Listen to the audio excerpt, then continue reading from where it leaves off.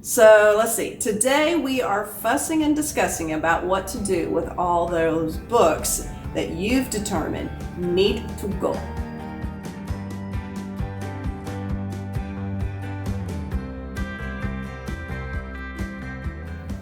Howdy everyone, it's Rebecca here on the Colorful Booknester channel, where we talk about books, maybe do some adult coloring, and we discuss the thoughts of an empty nester. Did you notice the title?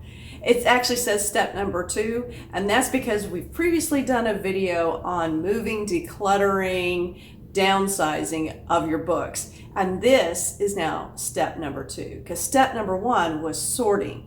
So that video will be linked below if you want to go watch that, because it's an important step. But now that you've got it all sorted, what are you going to do with all those books? Are there any other options besides just throwing them in the trash? So previously I kind of discussed this before, but my husband and I significantly downsized, and looking at all my books and knowing that we would have to move, and in my case, store those books, well, I had to get serious about reducing their overall numbers. Once I completed my sorting, I had probably close to over 100 plus books to do something with. And the last thing I want to do was just throw them in the trash. I already had to work through enough guilt when sorting. The last thing I needed was more guilt about filling up the landfills with perfectly good books. So what was I to do? Well, first of all, I was under a severe time crunch, and many of the options I discuss here today were not optimal for me, but I want to include them for those of you that are doing this as a declutter or preparing for downsizing, or just want to clear your shelves so you can put some new books on it. When thinking of getting rid of anything, this can go for furniture, clothing, but in this case, books, there is a suggested hierarchy. I think that's what you would call it. Yeah, okay. So the hierarchy I'm suggesting here goes something like this. So think of it as an inverted triangle with the number of items that you're going to get rid of. Oh, can I just tell you something? The term getting rid of, I was trying to find a better, more positive turn of phrase, and it doesn't matter. If you say getting rid of and you go and, look up synonyms for it, none of them look that great or positive. I mean, really? So back to the inverted triangle and the hierarchy that I'm suggesting. Sorry, I do have a tendency to go off on tangents. But when I'm talking about this, we're talking about an inverted triangle with the top part being selling, the second step being gifting, and then you go into repurpose, donate, recycle, trash. And the idea is it's inverted because you're getting less and less items to deal with, to get rid of, to dispose of. Sounds like a murder mystery gone wrong. But this is the way that I looked at it. And depending on, you can switch selling and gifting it just depends on your personal agenda. If you'd like to try to get some money back for all those books, then great. And also you're going to be talking about specific books that are going to work well for that. Gifting, you might want to give all of your books to people, and that's fine too. So they can kind of go in either order, but you're starting with the most amount of books and you're trying to get to the least amount that actually end up in the trash. So here are some suggestions in each little section of how you might go about doing this. Now, the first thing I'm going to say for all of these, and I'll repeat it over and over, is that you want to try to keep it as local as possible. That's environmentally responsible, makes it easier on yourself as well, and probably is the least expensive way. So doing some of these things, if it requires you shipping and going to the post office and packaging up, that may not be the best use of your time, especially if you were like me and moving at the time and it was all about, I think I had less than 2 weeks to do it all. And that was an entire house plus the book situation. So the first thing we're going to talk about is selling. And keeping it local, you could always start out with your local bookstores. Now, if you have some independent local bookstores, some of them might have a used book section. In fact, some of them might be just used books. You'll know, you probably have been there to visit. But keeping it local, go in and check with those bookshops. Now, don't try to haul in 100 plus books to your used local bookshop, but rather take a small box at a time. That's very overwhelming. You couldn't pick up 100 books if they were all in one go anyway, exhausting. And the shop may not be able to handle it. So as soon as you start making these decisions and you know you're downsizing or moving or wanting to move these books to a new home type thing, start taking them in smaller boxes and going in. But remember, the object of this exercise is to sell your books. Not take a full box of old used books to your local used bookshop and then come home with a full box of new used books. Take the money and go, or credit, or whatever. Another one might be one that's more of a franchise. I know here in the United States, there's quite a few places. In fact, when I used to live in Austin, it was half-price books, and they were fantastic. Again, take your books in there. They'll tell you what they're interested in and what they're not. And they'll either give you store credit or an actual check. So, I do encourage that. Now, if you don't have these availabilities or you still have some books left over that you think people would be interested in that you're trying to sell, you can go further afield. But this is where kind of that payoff of time, money, effort, all of that kind of comes in, and how much do you have? And you could do it on Facebook Marketplace. Now, that can keep it local. You might have people coming to your house to pick up the books. There's also eBay, especially when we start talking about certain kinds of books. And then there's a website called Book Scouter where you can also have your books on there. So I'm going to be linking that down below as well so that you can go and look for yourself. And then last but not least, Amazon has a how to sell books, used books marketplace ability that you can use as well. So again, all these little links are down below. Just click on them and you can run off and go see more information and see if it works out for you. Yeah. So which items are best? Well, antique, rare, first editions, those kind of books. What? You don't have an original copy of Leonardo da Vinci's Science Diary, the Codex Leicester, that maybe you purchased a couple years back for $30.8 million. Mr. Bill Gates, which in today's money is $53.5 million. Yeah. Don't have one of those lying around? Well, that's not really what I'm talking about here, because gosh knows I didn't have anything like that. But what I am talking about is maybe you have complete series, all looking nice and pristine, and they're all in the same jackets, and they all look similar, unlike my Bridgerton fiasco.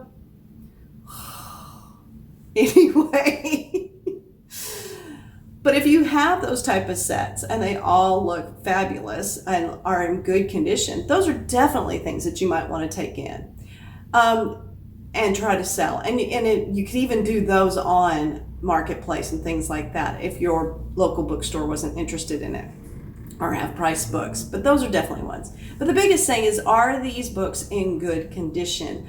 And are they, something that people would want to buy? Would you want to buy this book if you didn't already buy the book? So kind of think along those lines. So after selling, our next thing is gifting. And again, I'm just saying selling might take you a little bit more time to coordinate and to find people who are interested, or to put on some type of a sale, or to take it to the local bookstore to see if they're interested in any of your used books. But now you can go into gifting. Now, don't just think of those that love to read, but share with everyone that you have books to give. Like, let everyone know that. Because though that person may not be an avid reader, they're going to know somebody who is. It could be their niece, it could be their daughter, it could be their grandson, it could be a guy at work that they know likes certain things. So do let people know about, and let everyone know that you have books for gifting. One of the number one places that I redistributed my books, didn't get rid of, I redistributed, was at work. So in my case, I was working in elementary school. I'm sorry, I was not. I was working in a middle school. Yeah, a middle school. But I have tons of books that go all the way down into pre-K and early childhood, all the way up into more middle grade type reading because of what I do being a speech language pathologist. I actually set up my office the last couple of days I was there as I was packing up of all the books I was going to redistribute. And I had it set up almost like a bookstore. I started inviting my friends in to come in whenever they wanted to. And, it wasn't just books. I also had other things in the classroom that they might be interested in that said, look, I need you guys to help me with this. If there's anything here, please don't feel bad. And I will say they were quite bashful. They get like 1 or 2 books. Once you could get them past that though, my books started flying out. I had probably over 85% of all my items, including my books, that were taken by people who I work with. And that's great. And they were being taken care by people who, yes, would use them in their classrooms, but a majority of them were grandmas. Grandmas came in and were so excited because they could create a grandchild library at their house. And I knew these books were going to be utilized to encourage literacy, exactly what I'm always trying as a speech language pathologist, and also encourage language development. So it's a win-win. And I felt really good being able to give those people that were so supportive of me at work an opportunity to get something from me that is kind of a thank you. So, just know it can be everybody. Invite that amazing lady in the front office who helps you, and you can do this at work as well. You can start bringing books in, maybe have a little book box and put it in a work area, a communal work area. If we ever have those again now after COVID, yeah, that is something to think about.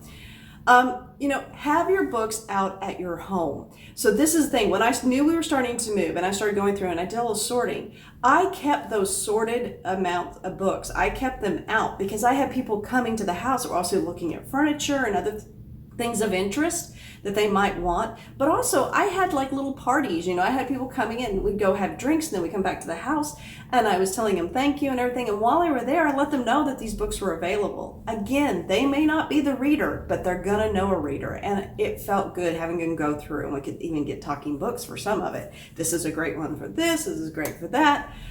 So all of that was very, very helpful. So don't box those books up until you absolutely have to do something with them, and then let people see that they're available. And then organize maybe a book swap. So if you're a part of a group or club, it doesn't have to be a book club, it doesn't have to be related to that, but things like homeschooling. Don't know why I thought Zoom. Oh, I wonder why. It's COVID-19. Homeschooling groups. Especially if you have a lot of children's books, that's a great way to swap out books. Everybody gets new ones, so you can organize that. So there's a lot of little options that you can kind of create. Video your books. Put them on Facebook. Let people on all your Facebook friends know you have these books because they might be interested in them or they might know somebody who is. Again, getting out there that word and then letting them see what type of books you have and making sure that they're in good condition. That's another thing. Now remember, this hierarchy that I'm suggesting works for everything. So now we've got to the repurpose, and you're like, how do you repurpose a book? Well, I actually went down a rabbit hole because I was just curious, going, there's got to be ways. And you know what? I've actually done it before and didn't even realize it, so to speak. But if you want to have some fun, you go out there and do a quick Google on repurposing books, and off into a rabbit hole you're going to go. There are some amazing, talented people out there that make artwork from books. And oh my gosh, they are crafting up a storm using book pages. So there's Christmas decorations that you can make, tons of them, out of the pages. And again, this might be really therapeutic for that one book that really, really annoyed you and made you mad so much that maybe you threw it across the room when you got done. Yeah, looking at you, casual vacancy. Anyway, rip the pages out. Decorate with them. There's so many things that you can do there. So this is more of a fun thing, and it might be something to do with your onesie twosies or something you have just lying around. You're like, what am I going to do? Because Christmas is a coming and decorations are a plenty when you got tons of pages. So here's some inspiration.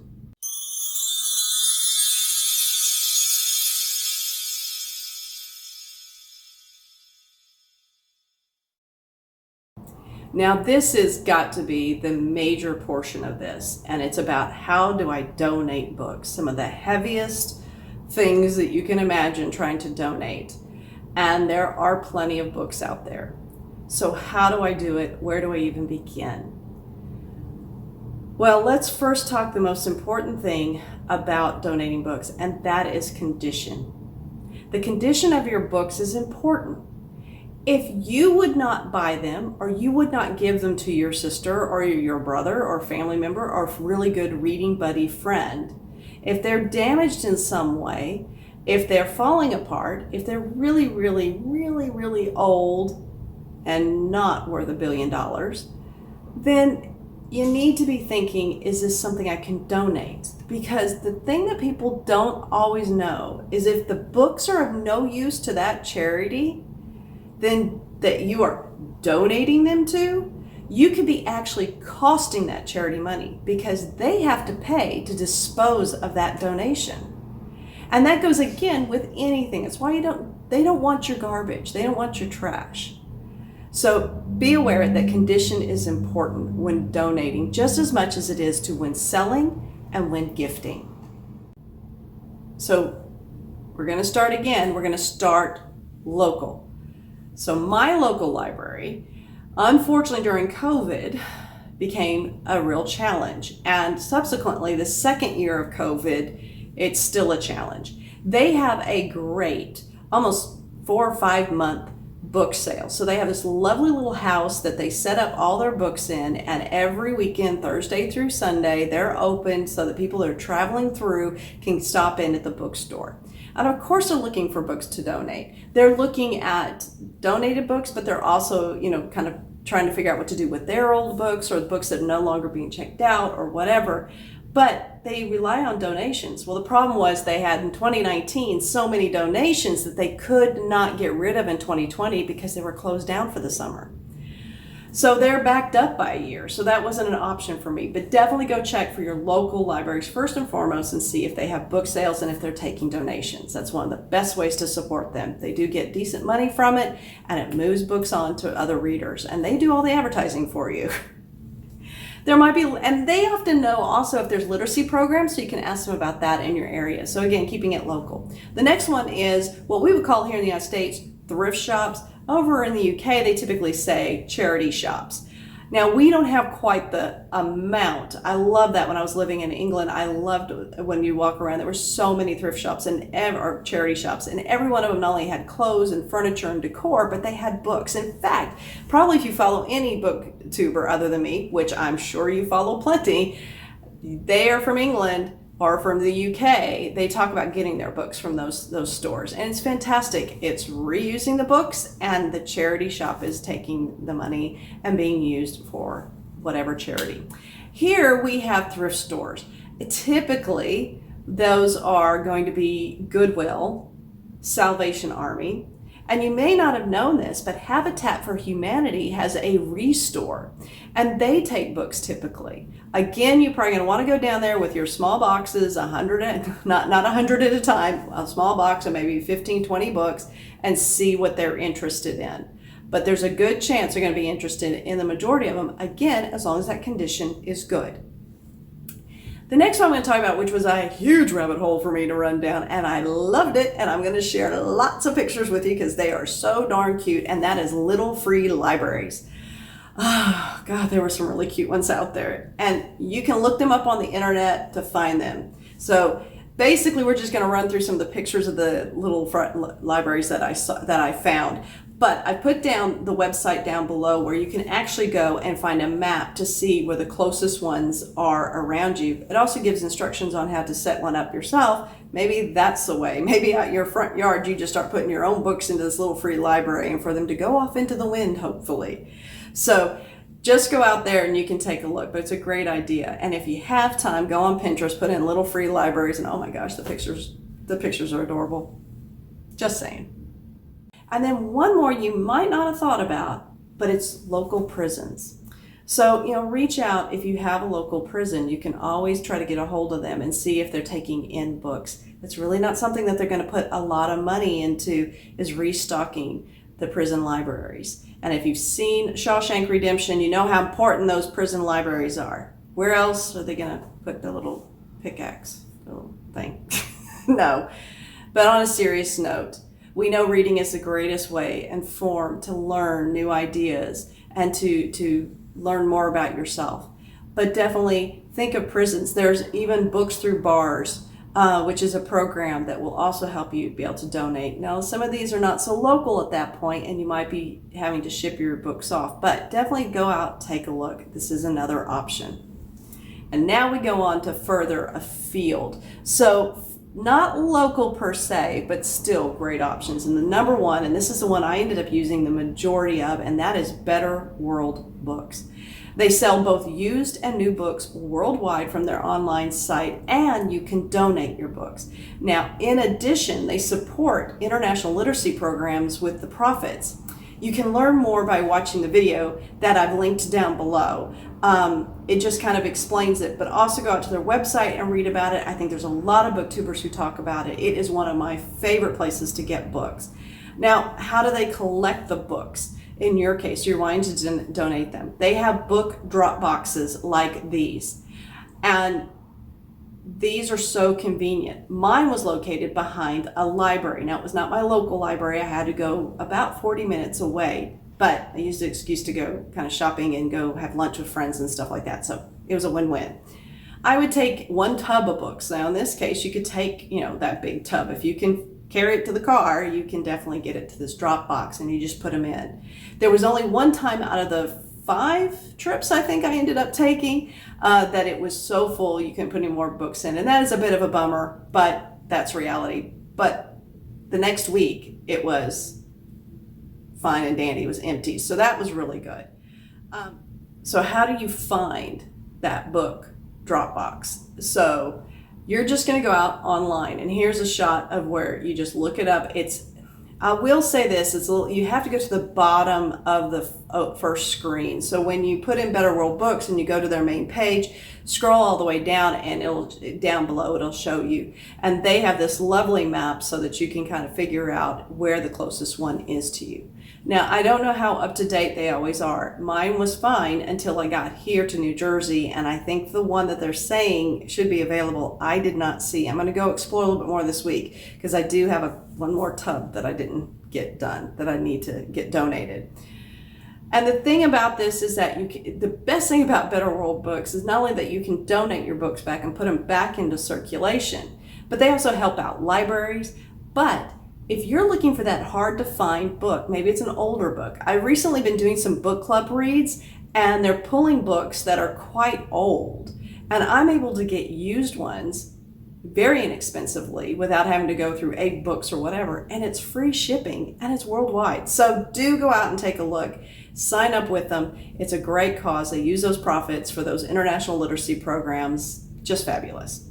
Now, another one that you might have not thought about either is for armed forces or for soldiers. So there are 2 that I found just in a quick little Google search that are Operation Paperback, and then the other one is Books for Soldiers. So again, go out to these websites. This will all be down below. How many times am I going to say that in this video?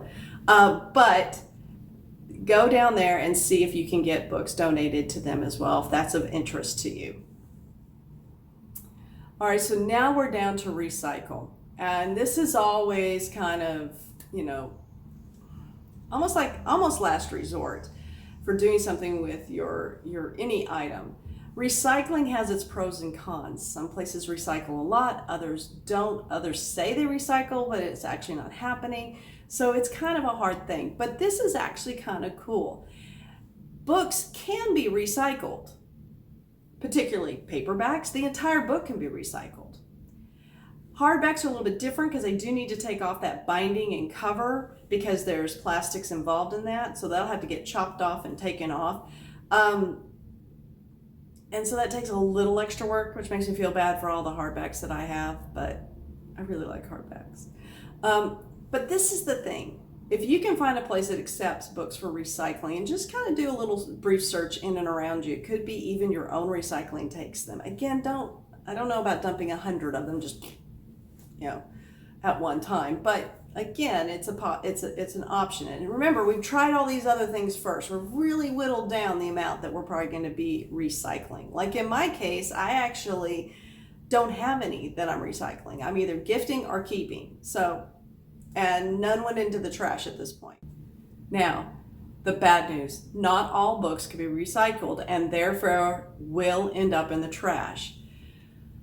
If the pages are tan, brown, the books have water damage, they can't be recycled. So they need to also be in fairly good condition even to be recycled. Now, if you've been one of those heathens that folds down the paper and all that to mark your spot where you were reading, that's fine.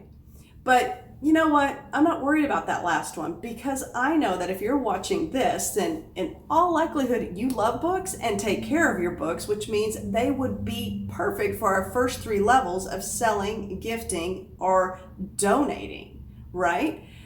And even as a last resort, they can be recycled because you take care of them. So I'm not really worried about that with this group, but it is something to think about. This all takes effort on our part to get these books to the best place and avoid just dumping them into the landfill. And just FYI, at my local dump, they don't actually recycle books. They have all this recycling, but not for books. They'll tell you to take them directly to the landfill, and you basically just throw them in there. But they are more than happy to charge you extra for that privilege. So there you go. We have ruthlessly and with a minimal guilt sorted our books, and we have decided which books were to stay and mindfully disposed of the rest. So the final part of this series is talking about if you're in the same situation as me and only temporarily living in a smaller home with the intention of bringing your select books back into your new home, so you need to store them. We will be fussing and discussing the packing, moving, and storing of your books and some of the lessons learned by this empty nester.